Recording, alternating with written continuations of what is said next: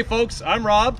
And I'm Nathan. And we are Two Guys in a Ride. Today we're going to take a look at this 2020 Kia Soul, and this is the S trim. I'm going to take you for a view and a review of the outside, talk about its trim levels, talk about its design, talk about the engine, its horsepower, and as always, Nathan's going to take you on a tour of the inside and talk to you about its features and technology. So come on, let's go for a ride. We'd like to thank our friends at Kia of Mankato for loaning us the sporty Kia Soul for our review today.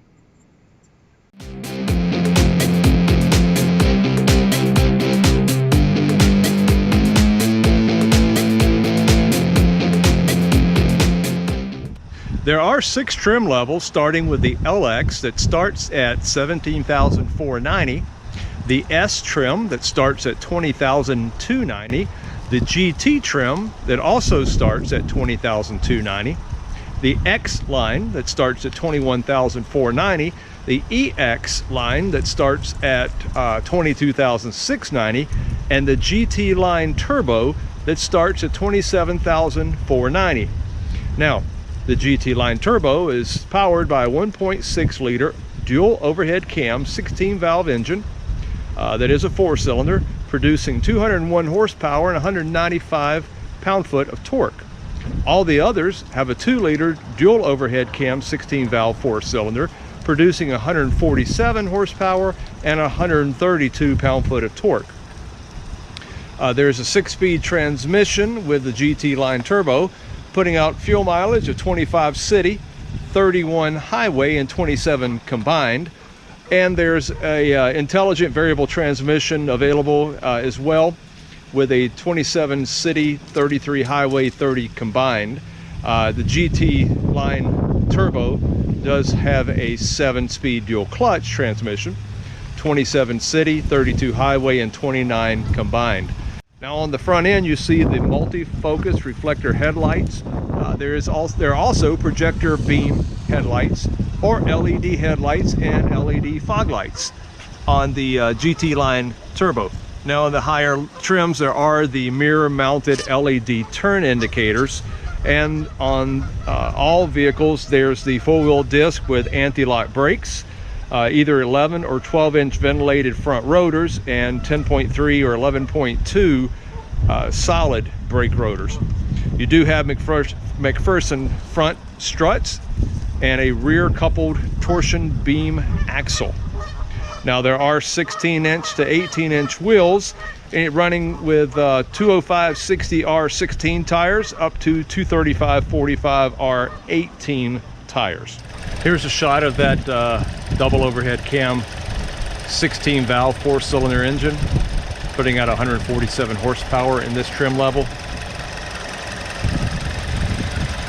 You know, I have to say, for most engines in cars nowadays, you can't see through to the ground, but you really do have a lot of space to perform maintenance. I've always liked the friendly, happy demeanor and styling of this vehicle, and I think they've done a very good job in its modest refresh and restyle. Love the way they've changed the rear taillights that loop up over top now and include the rear mounted brake light in with them. The one thing I do miss is where you see the reflector here on the bumper. They used to be round, like big round spotlights, and I think that just kind of added to the quirky cuteness of the vehicle. I wish they would have retained that, but overall it's a good clean design and a nice refresh. Now the curb weight on this vehicle ranges anywhere from 2,802 pounds up to 3,036 pounds. Its turning circle is 34.8 feet. Rides on a wheelbase of 102.4 inches. Its overall length is 165.2 inches. The width is 70.9 inches. The height is 63 inches. The ground clearance is 6.7 inches. It does have a heated rear glass, rear wiper washer, rear privacy glass, a locking fuel filler door. I do like the styling on the wheels. Now, you know, its cute quirkiness has kind of changed a little bit. Before it had a happy, friendly face. Now it's got quite a bit more of a menacing face on it. But it works. It works really well. I like the grid pattern. and the large open grille.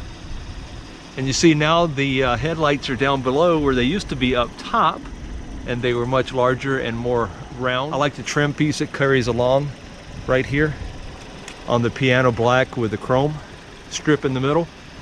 Very nicely done, very well restyled. I like the overall look of the vehicle. Still remains its cuteness, but it gives it a little bit more toughness with that menacing look on the front grille. So I just wanted to talk to you a little bit about the styling. I really do like the line, the hip line here. I like the flared wheel arches, and I definitely like the floating roof design with the Soul name in there, and it's actually a little textured inside. That's kind of cool. It's not just cut out into the plastic, it's nicely textured. And then you've got this nice detail that's mimicking the front grille. Here we are on the inside of the redesigned 2020 Kia Soul. We have standard door controls right here. We have a nice pocket down here for storage. We do have kind of a nice grip right here. There's a fingers through hole right there. I like that for grabbing the door. One thing to note right here on this one is you've got a sort of an infinite adjusting seat here. If you crank this up, the seat actually moves up. And if you crank it down, the seat moves down. So you just get infinite position possibilities for raising or lowering the seat, which makes it really easy to enter the car and be able just to sit right down in the seat without this feeling you're going to sink too far. You got nice bolstering on the sides here. These are cloth seats. You got nice bolstering on this back edge too. And then you have a reclining lever to put the back of the seat back. All right, down here we have couple of buttons. We've got our dashboard lights to brighten or dim them. Over here we have lane keeping assist. Now this is going to do sort of two things when we turn it on, and then you can access some of the features through your driver's information center, which I'll show you. But basically this helps to keep your car centered between your lanes. It uses a set of sensors and cameras to read the road ahead of you, and warns you if you're straying over your line. It has another feature, and this is the one that's found in your driver's information center, that also allows you to set a lane departure warning, or if it senses that you're leaving the road, then it will also warn you.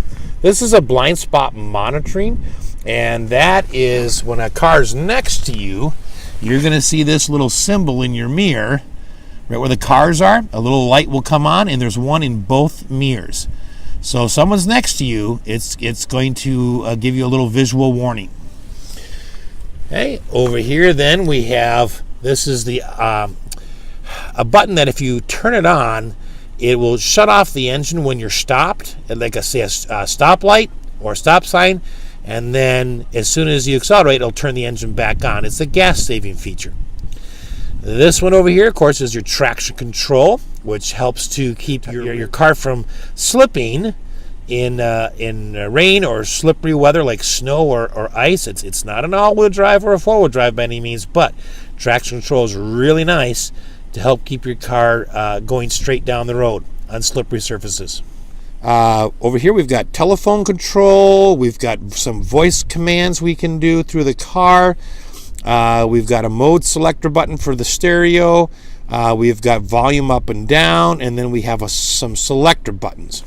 Over here on the right is basically our cruise control, and we can set it, we can cancel it. There's a set button right there. We can resume, and then over here you've got the button that accesses your driver's information center. Okay? And then this button will toggle through the different choices, and we'll go over that more in another video, but that's where those controls are. Over here you have a very nice 7-inch display screen, and you do have physical controls where you can access your radio, your media, your seeking, your track. You can go to your home screen right here. You can go to your phone. Okay. Oh, I didn't have that connected yet. You can create some favorite things that when you hit this button, certain things will show up in your screen. And then you have a setup button. Here you've got a manual power on and volume control. as well as a seek and scan in your radio function right here. I should also mention right here, you do have a manual tilt and telescoping steering wheel, so it'll go up and down. It will also telescope in and out. Over here you've got auto lights. There's a setting, if I can show it to you. Right there, if you turn it to auto, there we go, there's auto. It'll come on automatically, or you can turn them on to your parking lights, or all the way on, or all the way off down here. Turn signals over here, and then you've got controls for your windshield wipers, front and rear, including the sprays for them on this side. Climate control, we've got manual climate control down here in various different trim levels. You can opt for automatic climate control. Down here you have your gas cover release button, and then you have your hood release right underneath here, and you have a fuse panel access right here. Moving down below that, we've got a very nice little storage area with sort of a nice rubber pad in here so things don't slide. You have two 180 watt 12 volt plugins, as well as a USB port that will charge your phone and also connect you for Apple CarPlay and Android Auto to the infotainment system. All right, over here you've got your shifter here. You've got the lockout button right here, and if I take and shift down to drive, okay, you're going to notice, and I'll focus in on it a little bit here, that if I pop the shifter over to my left, that I now have a sport mode and I can shift manually. You do have two drive modes in here, and if I press that and you watch the driver's information center, you can have sport or normal. All right, down here in the middle, we have two cup holders. You have a physical emergency brake, and then we have a center armrest, and then underneath that is some additional storage. Over here, you've got your glove compartment, which is ample sized. Now, over here on the passenger side, you do have the manual recline lever right here. And you do have the same storage pocket on the door and the same nice grab handle. You do also have a manually sliding forward and back button that's lever. All right, let's take a look at the back. On the back of the 2020 Kia Soul, you have a bottle storage in the door. Nice deep grab handle for closing the door. All right, and then you have the same nice bolstered seats on the back and the bottom of the seat. Okay, this is a 60-40 split folding seat here, and if I sit in the back, for a compact car, I'm 5'11" and a half. How much space I have now? I'm behind the passenger seat, but that's actually further back than the driver's seat I was sitting in, which was adjusted. So I still have several inches, like 2 inches of legroom, and Kia has kind of done the same thing we've seen on some other cars where they've molded the back of the seat to give you more legroom. But even here where it sticks out, I can still get my fingers in between here. So very spacious. Okay, so in the 2020 Kia Soul, there is increased cargo space, and obviously the room had to come from somewhere.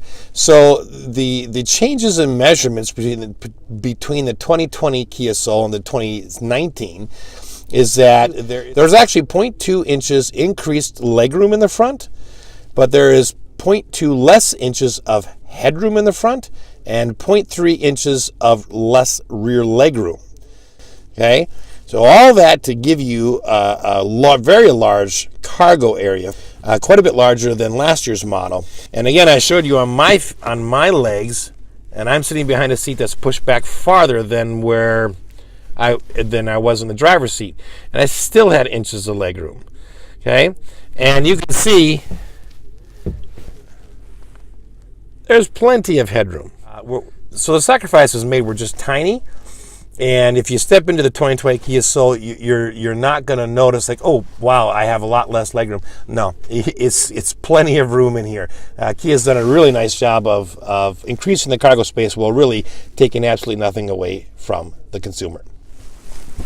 Down at the bottom here, the back of the console is plain. The air vents are all underneath the seat. In other trim levels, you can opt for some additional USB plugins. Up here, you do have a rear dome light along with grab handles. But there are no seat back pockets on either side on this trim level. But on different trim levels, you can get a passenger side seat pocket. Okay, so here we are taking a ride in the The 2020 Kia Soul. Yes, that I can't say this morning Newly redesigned. because I was eating peanut butter. One thing I will say is the motor is very peppy. It doesn't take a whole lot in the accelerator and you're up and going. I did just use the Apple CarPlay a little bit ago with Apple Maps navigation. Worked beautiful. The steering is tight. Well, I think the overall demeanor of this vehicle is that it's a sporty, zippy little car. That it is. It's got, it's a box on wheels is kind of what it looks like, but when you're inside, you appreciate all that room. It's got a lot of utility here. The seats are comfortable. I like the bolsters on the sides. Yeah, they're not. And the it's really seat. kind of comfortable. Yep. I'm surprised. And it's got a lot of thigh support on the bottom seat. Yes. A lot of new cars, that bottom seat will be a little shorter to kind of give you more leg room, they say, or more overall Yep. room. It's open.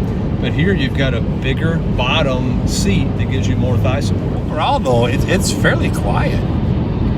I mean, I'm not raising my voice to have a conversation with you. No.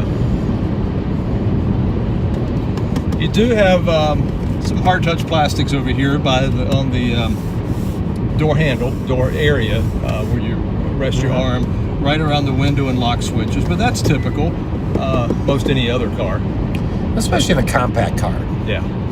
You have a lot of nice features. I was sitting in the back and we were talking about leg room and headroom, and even though Kia has taken a minute amount of things away as far as headroom and stuff goes, it's so roomy. Right. I mean, there's just no complaints about headroom or shoulder room or width room or okay, there we are, floor. There we go. Up a hill. And there we are. Wow. That's a pretty good pickup. It is. And if you're at it like driving slower, like below 30, it's very peppy. Right. It's pretty well composed too. It's soft. You've got the little bump strips in the road that we're hitting, but it's not really rattling and shaking. You don't hear any squeaks and rattles. It's very well composed. Yeah. Nope, I don't hear anything that I wouldn't expect, in terms of just road noise. Right. Steering wheel's got a nice feel to it. It's got the little bulges on the top upper part that I liked. A little thumb grip there. All right, so we're going to pull over here in a second here. We're going to switch drivers. Oh. Yep. That is a little punchy. I like that. It is. I like it. The armrest back here, just simple things, but the armrest is big enough for both you and the driver to comfortably put your arms on there. I do like the steering wheel. It's nice. Mm-hmm. It's thick enough and padded. It falls right to hand. It's really nice. You got all your mode selects on one side, your cruise control and cancel and other things. Your phone is on the left side to answer that, to pair it. Yeah, basically your phone and your stereo are all on the left side, and then your driver's information system and cruise are on the right. Kia's made it very simple to go through the menus and make your settings. Boy, this is just super maneuverable. Wow, this is I like it. Is. It's zippy. That's how I would describe it. Wow. It is. Now we're on the highway. Now punch it. Wow. Holy cow. The shifting is very smooth. Yeah, almost it is. imperceptible. Wow. We're out on the highway, but it would be just like really so much fun to take in a city and see what it's like in the city, because it's just so maneuverable and so zippy. Mm-hmm. All right, I'm gonna try this lane keeping and see what it does. It's very active. It's fighting me a little bit when I kept persisting, and then it told me, it yelled at me with a little bleep, bleep, bleep. Right. And I don't know if you picked that in the cameras, but it did do an audible warning. I just did. That's why I did it. Oh, that's why I went bleep, bleep, bleep. Not his audible warning. There was one from the car too. Here, let's see if we can get it again. There you go. So you get over toward the line, and it tries to nudge you back, and if you continue to go over, that's when that audible warning comes out, which is really cool, because if you're having to be falling asleep at the wheel, you may not feel that gentle nudge, but then, of course, the alert is going to wake you up. Controlled, and the suspension on it's got a lot of good travel, and it's very soft and comfortable. You have the feeling of sitting up a little higher than you do in a compact car, Yep. as opposed to more SUV-ish. This is not all-wheel drive or four-wheel drive or anything like that, but you do get a little increased height in your seats when you're sitting in here, as compared to a small compact car. I like all the information displayed in the middle here. It's really nice and clear. And I love that digital speedometer, because people, once you ever try it, you get used to having the digital readout telling you the speed instead of looking at the gauge and the needle. It's so nice to have. Yeah, they sort of packaged this with all the right features, and the S is only the second level up in the trim level. This is number 2. Yeah, so this there's is 4 number levels 2. above that add a whole lot more. So that's pretty nice. $20,290. Yeah, for all those features, a nice peppy engine, comfortable interior. Yep. Lots of safety features. Yeah, great little car. Well, we're almost at the end of our ride, and as always, I want to invite you to please subscribe to our channel and hit that little bell up there so you don't miss any of our future reviews, and we've got a lot of them coming still. But make sure you like us on Facebook, follow us on Instagram, Tumblr, Pinterest, Twitter, you name it. We're out there on social media. We're everywhere. And again, please subscribe to our channel, and until keep watching. That's all we can say, and we appreciate you watching this video. And don't forget to take a ride. That's right. Let's go for a ride.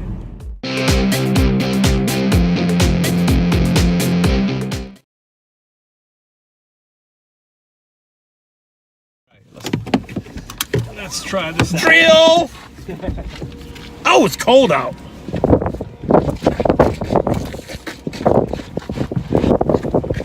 Oh, gee, I never can get in fast enough to take off and leave Nathan. I'll have to plan that one day so I can put the GoPro on the outside and we can all wave to him collectively as we leave him behind. Touchy. Oh, I like the tilt telescoping wheel. There we go. Ooh, I like that.